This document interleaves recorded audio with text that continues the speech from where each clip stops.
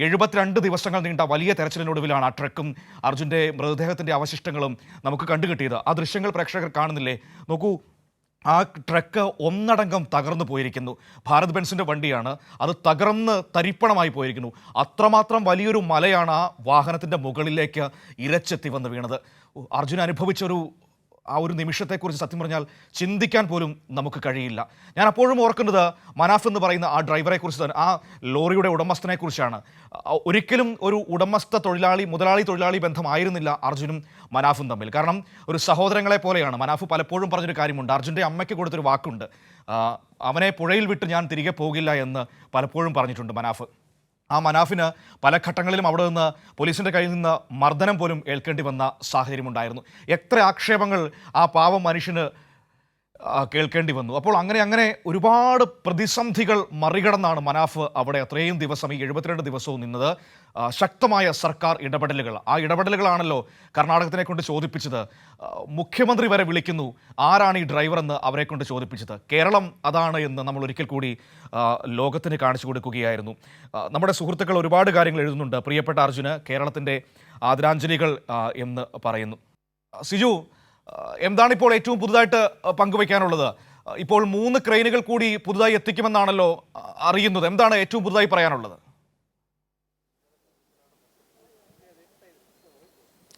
Manu, crane സംവിധാനം ഉപയോഗിച്ച് ഈ ട്രക്ക് ഇന്ന് 8 മണിക്ക് ശേഷം തന്നെ ഇവിടെ നിന്ന് ഉയർത്താനുള്ള നടപടികൾ സ്വീകരിക്കും. കഴിഞ്ഞ ദിവസം 2 ക്രെയിൻ സംവിധാനമാണ് കൊണ്ടുവന്നതെങ്കിലും കൂടുതൽ ക്രെയിൻ എത്തിക്കുമെന്നാണ് മനസ്സിലാക്കുന്നത്. മനു നേരത്തെ സൂചിപ്പിച്ചതിൽ ഒരു വളരെ പ്രധാനപ്പെട്ട കാര്യം, ഈ അർജുൻ്റെ കുടുംബം വളരെ ശക്തമായ നിലപാടുകൾ സ്വീകരിച്ചുകൊണ്ട് നിന്നത് കൊണ്ടാണ് 72ാം ദിവസം ഈ ട്രക്കും അതോടൊപ്പം തന്നെ അർജുനെയും കണ്ടെത്താൻ സാധിച്ചത് എന്നുള്ളതാണ്. ഇപ്പോൾ ഈ ആ ദിവസം മുതൽ ഇവിടെ ഉണ്ടായിരുന്ന അർജുൻ്റെ സഹോദരൻ അഭിജിത്താണ് കൂടെ ചേർന്നത്.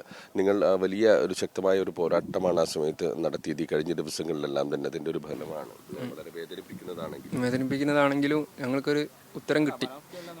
എന്തായാലും ഞങ്ങൾക്ക് ആക്സെപ്റ്റ് ചെയ്ത കാര്യമാണ്. പക്ഷേ ഒരു തെളിവിനായിട്ട് കിട്ടണമെന്ന് ഞങ്ങൾക്ക് ഒരു ആഗ്രഹം ഉണ്ട്. അതിൻ്റെ ഫലമായിട്ടാണ് ഞങ്ങൾ ഇത്ര പോരാടിയതും ഇത്ര നിയമങ്ങളെ ഉപയോഗിച്ചതും അതിൻ്റെ ഫലം ഇന്നലെ കണ്ട്. ഒരുപാട് പ്രശ്നങ്ങളും പ്രതിസന്ധികളും ഇതിനിടയിൽ നേരിടേണ്ടി വന്നു. പലതവണ തെരച്ചിൽ തടസ്സപ്പെടുകയും 2ാം ഘട്ടത്തിലെ തെരച്ചിൽ നിർത്തിയപ്പിന് എന്തെന്നുള്ളൊരു ചോദ്യം ഞങ്ങൾക്ക് ഉണ്ടായിന്. ഇനി ആര് വരും? കാരണം മുങ്ങലും കാര്യങ്ങളൊന്നും നടക്കാത്ത സാഹചര്യത്തിൽ എപ്പോഴാണ് അഷ്റഫ് MLA യും രാഘവൻ സാറിൻ്റെ ഒക്കെ നേതൃത്വത്തിൽ ട്രെഡ്ജർ കൊണ്ടുവരുന്നുള്ളൊരു ഉറപ്പ് ഞങ്ങൾക്ക് കിട്ടിയത്. അതിലായിരുന്നു ഞങ്ങളുടെ പ്രതീക്ഷ. അപ്പോൾ ആദ്യത്തെ 3 ദിവസം ഒരു തെളിവില്ലാത്തപ്പോൾ ഞങ്ങൾ സങ്കടം ഉണ്ടായിരുന്നു. പക്ഷേ വിശ്വസിക്കാൻ പറഞ്ഞു, വിശ്വസിച്ചു. ഇപ്പോൾ അതിൻ്റെ ഫലമായിട്ട് ഇന്നലെ അപ്രതീക്ഷിതമായിട്ടാണെങ്കിലും കിട്ടി. ഇത്രയും നീണ്ട ദിവസം കാത്തിരിക്കുമ്പോൾ സ്വാഭാവികമായും എല്ലാവർക്കും മനസ്സിന്ന് മടുത്തു പോകും. അങ്ങനെ ഒരു പ്രശ്നം ഉണ്ടാകും. അങ്ങനെ തോന്നിയിട്ടുണ്ടോ? ഞാൻ പലപ്പോഴും കണ്ടിട്ടുണ്ട് ഇവിടെ ഈ ഗംഗാവലിപ്പുഴയുടെ കരയിൽ ജിതിനും അതോടൊപ്പം തന്നെ അഭിജിത്തും എല്ലാം തന്നെ ഇങ്ങനെ പ്രതീക്ഷയോടെ നിൽക്കുന്നത്. ഏകദേശം 2 മാസത്തോളമായി ഇവിടെ തന്നെ ഇങ്ങനെ ചുറ്റിപ്പറ്റി നാട്ടിൽ പോവുക വരിക. വിട്ടു പോകാൻ തോന്നൂല. ഇനി ഇവിടെ ഏട്ടനും ഇവിടെ വിട്ടിട്ട് എങ്ങനെ വീട്ടിലിരിക്കുക എന്നുള്ള, വീട്ടിലിരിക്കുമ്പോൾ ഒരു സമാധാനം ഉണ്ടാവില്ല. പക്ഷേ ഇപ്പം കൊണ്ടുപോവാം. ഇവിടുന്ന് എന്നേക്കുമായിട്ട് ഇനിയിപ്പോൾ ഏട്ടനെ കൊണ്ടുപോകാം, ഞങ്ങളുടെ അടുത്ത് തന്നെ ഉണ്ടാവും. ഇവിടുന്ന് എനിക്ക് കൊണ്ടുപോകാൻ എത്രയും പെട്ടെന്ന് ഉള്ളതാണ് ഇപ്പോഴത്തെ ഒരു സമാധാനം. അതെ, ഇവിടേക്ക് ഇനിയിപ്പോൾ ഓർമ്മയ്ക്ക് വരേണ്ട കാര്യമില്ലല്ലോ. ചേച്ചി അഞ്ജു അതിനിടയിൽ പറഞ്ഞത് ഇവിടെ എല്ലാം കുടുംബം എല്ലാവരും ഒരുമിച്ച് ഇവിടെ വരാൻ നിന്നിരുന്നു എന്നാണ്. അഞ്ജു കഴിഞ്ഞ ദിവസം വന്നു, വീട്ടിലിരിക്കാൻ പറ്റാത്തത് കൊണ്ട് ഞാൻ ഇവിടെ വന്നു എന്നാണ് അഞ്ജു പറഞ്ഞത്. അതെ, വീട്ടിലുള്ള എല്ലാവരും അവസ്ഥ അതാണ്. ഏട്ടൻ ഇവിടെ ഉള്ളപ്പോൾ ആർക്കും നിൽക്കാൻ പറ്റൂല വീട്ടിൽ. അതിനൊക്കെ വേണ്ടിയായിരുന്നു ഞങ്ങൾ. അഭിജിത്ത്, ഇവിടെ നിങ്ങൾ നിൽക്കുമ്പോൾ നിങ്ങൾ അനുഭവിക്കുന്ന ഒരു മാനസിക സംഘർഷമുണ്ട്. ഇതെല്ലാം തന്നെ നേരിട്ട് കാണുന്നു. ഓരോ ഘട്ടത്തിലും ഇത് പ്രതിസന്ധിയായി നേരിടുന്നു, ഇത് തടസ്സപ്പെടുന്നു. പുഴയിൽ വലിയ കുത്തൊഴുക്ക്, അങ്ങനെ കാലാവസ്ഥേൻ്റെ ബുദ്ധിമുട്ടുൾപ്പെടെ നിങ്ങൾ നേരിടുന്നു. അപ്പോൾ നാട്ടിൽ നിന്ന് ഇങ്ങനെ ആ സമയത്ത് വീട്ടിൽ നിന്ന് അവരിങ്ങനെ ആ ഒരു വിഷമത്തോടു കൂടി വിളിച്ചുകൊണ്ടിരുന്നു എപ്പോഴും. ഓൾക്ക് എപ്പോഴും സങ്കടമുണ്ട്. അതിപ്പോൾ അമ്മ അച്ഛനാകുമ്പോൾ അതിൻ്റെ സങ്കടം ഉണ്ടാവുമല്ലോ. ഇന്നലെ രാത്രിയും വിളിച്ചായിരുന്നു. ഞാൻ കാര്യങ്ങളൊക്കെ പറഞ്ഞ്, എല്ലാവർക്കും അറിയാവുന്ന കാര്യമാണല്ലോ ഏകദേശം ഉണ്ടായിരുന്നു. പക്ഷെ നമുക്ക് വേണ്ടത് ഏട്ടന കേബിലുള്ള വിശ്വാസമാണ്. അത് ഇന്നലെ കണ്ടെത്തി, കേബിൽ തന്നെ ഏട്ടുണ്ട്. അങ്ങനെ മനസ്സിലൊരു വിശ്വാസം ഉള്ളപ്പോൾ നമുക്ക് ഇവിടെ പോയാൽ ഏട്ടനെ വിട്ടുവെച്ച് പോകാൻ പറ്റില്ലല്ലോ. അതിനെക്കൊണ്ടാണ് ഞങ്ങൾ മുന്നോട്ട് തന്നെ നീങ്ങിയത്. ഇതല്ലെങ്കിൽ മറ്റൊരു ഓപ്ഷൻ ഞങ്ങൾ കണ്ടെത്തുമായിരുന്നു. പ്രതിസന്ധി അല്ലെങ്കിൽ കൂടി വന്നിരുന്നെങ്കിൽ മറികടക്കാൻ വഴികൾ കണ്ടിരുന്നു അല്ലേ?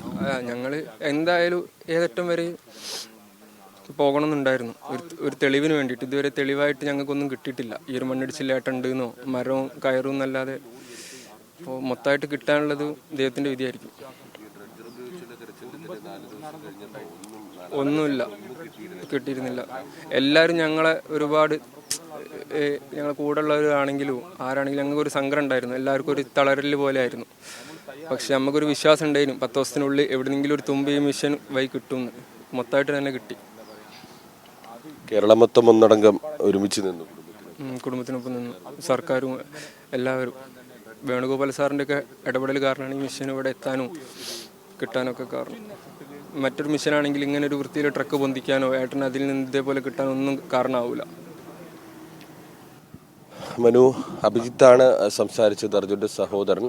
ഈ ആദ്യഘട്ടം മുതൽ ഇവിടെ കുടുംബത്തിന് വേണ്ടി അഭിജിത്തും അതോടൊപ്പം തന്നെ സഹോദരി ഭർത്താവ് ജിതിനുമാണ് എത്തിയിരുന്നത്. നമ്മൾ ഈ 4-ാം ദിവസം എത്തിയത് മുതൽ ഇവരെ കാണുന്നതാണ്. ഈ ഗംഗാവാലി പുഴക്കരയിൽ വലിയ പ്രതീക്ഷയോടെ കാത്തിരിക്കുകയായിരുന്നു ഇവർ. ഓരോ ഘട്ടത്തിലും പ്രതിസന്ധികൾ കടന്നു വരുമ്പോൾ അതിനെ അതിജീവിക്കുന്നതിന് വേണ്ടിയുള്ള ഇടപെടൽ നടത്തിക്കൊണ്ടിരുന്നു. അർജുൻ ഇല്ലാതെ ഇവിടെ നിന്ന് മടങ്ങിപ്പോകാൻ കഴിയില്ല എന്ന ഒരു നിലപാടായിരുന്നു ഇവർ സ്വീകരിച്ചിരുന്നത്. കേരളം ഒന്നടങ്കം കണ്ടതാണ് ആ കുടുംബം നടത്തിയ ഒരു പോരാട്ടം.